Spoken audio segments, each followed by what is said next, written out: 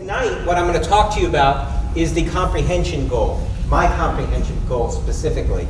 And to start with, I've thrown up here how Webster's defines comprehension.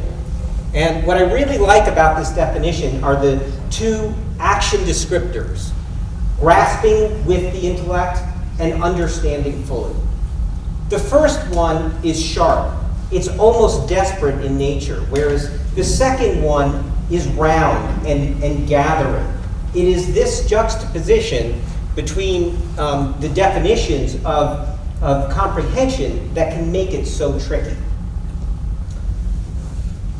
I had a pivotal moment in my life, just like everybody does, at PS 94 in the Bronx. Yes, I am from the Bronx, from New York, and I went to this school, and in 4th grade, my teacher during my parent-teacher conference, Ms. Buter, sat me down and explained to me that in fact, I didn't know how to read. Now, you might think it's a little bit odd, like how did you not know that you could read? Well, it turns out that I had problems with comprehension, so I actually did need somebody to tell that to me. But it didn't really impact my life. It didn't seem to be a problem for me. I knew that I was on that short list of students when any of the teachers or faculty were going to dole out a task, that they were going to choose me. Okay, it's how I became the milk monitor. That was a plum job at lunchtime, let me tell you. Okay, it was also how I wound up delivering all the newspapers to the school. We had 4 different types of newspapers delivered to all the faculty and staff. I used to come in early every single day, and I couldn't read, but I sure knew how to get those newspapers to everybody in the school. Okay, so it was through this process. So I didn't seem to impact me at all until I met Ms. Buter. It was at that point that I knew that I had to change how I was looking at things. And that's when I began my comprehension goal. So to that end, every time I had to do a task, from that point forward, I would always ask myself a couple of questions. It would go something like this. Hey, Roger, do you really know what you're being asked to do? And then it was followed almost immediately by, and do you actually understand it? So it was through this questioning that I started to really understand things at a different level. Have you ever had a weakness that became your biggest strength? That's really what happened to me. It was because of this questioning, because it was this need to understand, that really drove me to another level of comprehension. To round out my comprehension goal, my personal comprehension goal, is the fact that this is not a one-time effort. Rather, it is an ongoing process of growth that I went through. So, last year, as they told you, I had another major milestone that I went through.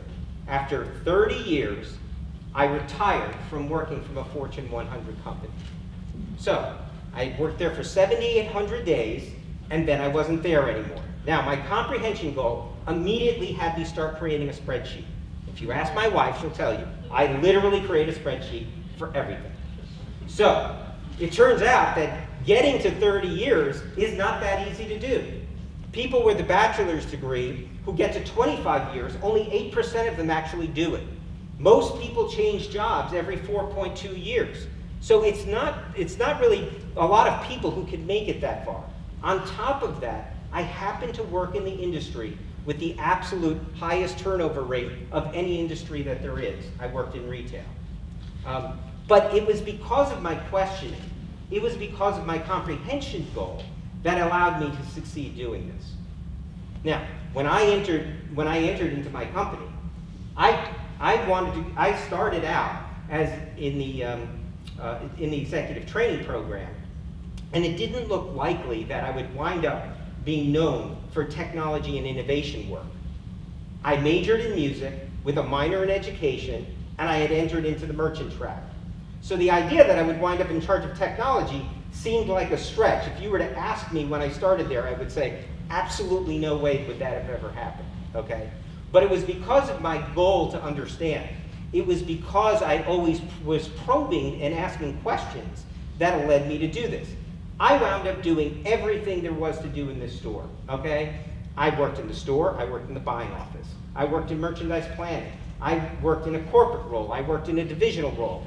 I worked in HR, and I literally, in product development, I literally worked everywhere in the store that there was to go to work. The reason I was able to succeed is because I was always asking these questions. Of all of the projects that were put in front of me, it led to a deeper level of understanding.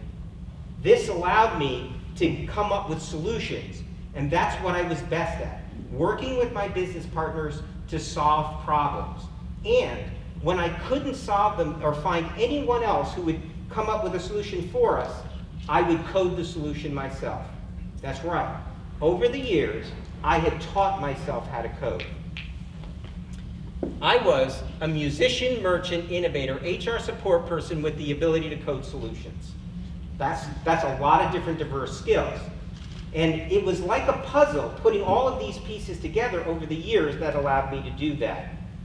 And it didn't just happen in my professional life. In my personal life as well, I also had many diverse different things that I was able to do. Let me give you one example. In high school, Ben Steinberg, who's somewhere in this audience, taught me how to play Dungeons and Dragons. Okay, he was the one who did that. Okay, it's his fault. So, you're thinking the 80s, early 80s, you gotta be thinking Stranger Things. Kids in basements playing Dungeons and Dragons. Okay, that's what it was. Well, we played a lot. I brought it back to my school. We played a lot of Dungeons and Dragons. But after a while, we were tired of doing that. We wanted a different game. So we decided we were going to go into space, because once you're in fantasy, you've got to go into space next. That's the natural progression. So, but we played all of these different space games, and we hated all of them. They were not comprehensive enough, they weren't good enough, and so what that led to is, let's create our own game. And thus, Space Infantry was born. It was because of my comprehension goal. It was because I had to sit there and question everything. Every aspect of it was thought through so that it could work. And on top of that, my best friend in high school happened to be a crazy meticulous writer. And between the two of us, we were able to produce 4 books that made up this game. And we were able to find somebody to publish it. And let me tell you something, publishing a book in the early 80s is way different than publishing a book now, okay? We wrote the entire thing by hand, then we had to type it, and then we worked with the publisher and the typesetters to get it so that it could be printed. It was a great experience, loved every minute of it, and every once in a while when I get together with my friends, we still play this game. Okay, so after I was done with high school, my next challenge was to go to college. And I wanted that. I was always in an urban environment. I went to public school for most of my life. I wanted a different experience. I wanted those big Gothic buildings with the ivy on the wall and the quads and the sports teams and all of those things. And that led me to Trinity College. It was there that I chose to become a music major. And why did I become a music major? Well, I had played music my entire life. I had taken lessons from the time I was 5 all the way through high school. But I knew one thing for sure. My comprehension goal told me to be realistic. I was not good enough to be a professional musician. I knew that early on. I may be a pretty good amateur, but no way could I make it professionally. And so, I knew I wanted to go into the business world. But I didn't know what to major in. I happened to know the dean of students quite well. I made an appointment with him, and I sat down and I said, I don't know what to major in. And he said, well, what do you want to do? I said, I want to go in the ground floor in a business that I could work my way through it. And he says, that sounds very realistic. And he says, what classes do you enjoy the most? That was easy, music. What classes do you get the best grades in? That was easy, music. And he said, I think we're done here. And I said, but wait a minute. What is a business going to think about a music degree? And he says, well, what else would you major in? And I said, well, I love history. And he goes, well, what the hell will the business think of a history degree? I left his office with a focus, and I really and truly enjoyed my time in college. I wrote a lot. I went to fraternity, and what I'm really happy with is, because it's a little bit blurry, you probably can't see. That picture was taken last year, so there's an old guy up in that picture there. My wife took that picture the last time we were there. So But I really enjoyed my experience there, and I knew I wanted to go into the business world, and I chose retail. I chose retail because I had one goal going into the business world. I never wanted to sit at a desk. Of course, that means that I failed miserably at that one goal, because that's all I wound up doing.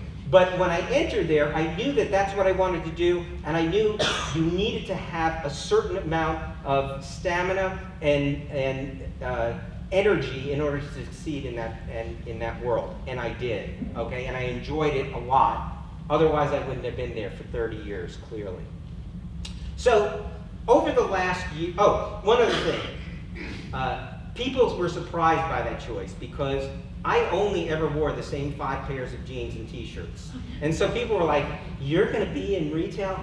Well, it's really not about that. Fashion is part of it, but it is really about the hard work. Retail is a grueling industry to be in. But if you got the energy for it, go for it. It's a lot of fun. So in the last year, after I left, a business partner and I, we started up our own company, R+D Initiatives, and really it's doing the same things that I always did. It's working with companies to find solutions to solve problems, and if we can't solve a problem with anything else, heck, I'll write the solution myself, okay? That's what we do. And we have clients, so that's the good news. Looks like we're on our way to a successful track. So I'm just gonna leave you with one thought. If you have a strength, that's great. Key into it, use it. But it may be that you have a weakness, and that is just as important. Because if you're like me, that may become your biggest strength. Thank you very much.